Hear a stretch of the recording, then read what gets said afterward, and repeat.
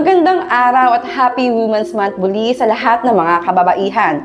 Hindi makukumpleto ang pagdiriwang ng Buwan ng Kababaihan kung hindi tayo maglalaan ng special episode para sa mga matitikas na wanan ng Philippine National Police na nakahandang maglingkod sa mga kababayan nating biktima ng pang-aabuso, ang Women and Children Protection Center. Ating alamin kung ano nga ba ang kasaysayan ng Women's Desk at anong mga serbisyong hatid nila para sa mga kababaihan at mga kabataan. Halina't panoorin natin ito. Nagsimula ang Women's Desk sa syudad ng Quezon noong taong 1993 sa ilalim ng District Police Community Relations.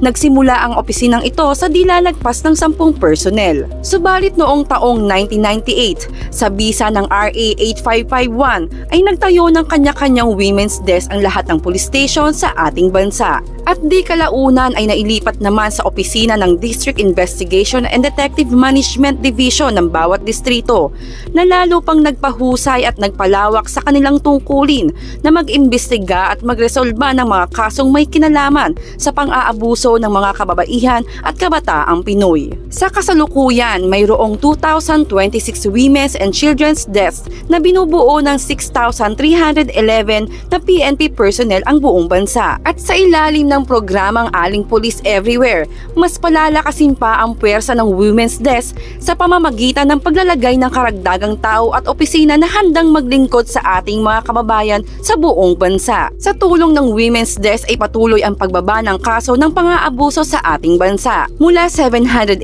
cases noong 2022 na ibaba ito sa 713 noong 2023 at inaasahan nating patuloy pa ang pagbaba ng mga bilang na yan.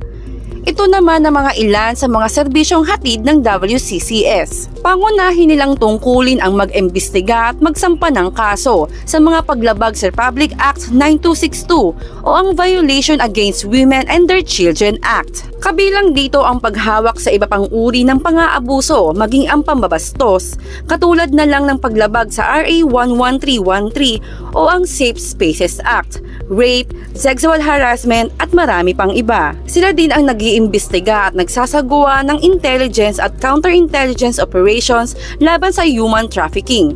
Kabilang dito ang pangongolekta ng mga ebidensya at mga testigo. Tungkulin din nilang makipag-ugnayan sa iba't ibang ahensya ng gobyerno upang maghatid ng social, legal, rehabilitation and health services sa mga na-rescue ng biktima ng pang-aabuso at marami pang iba.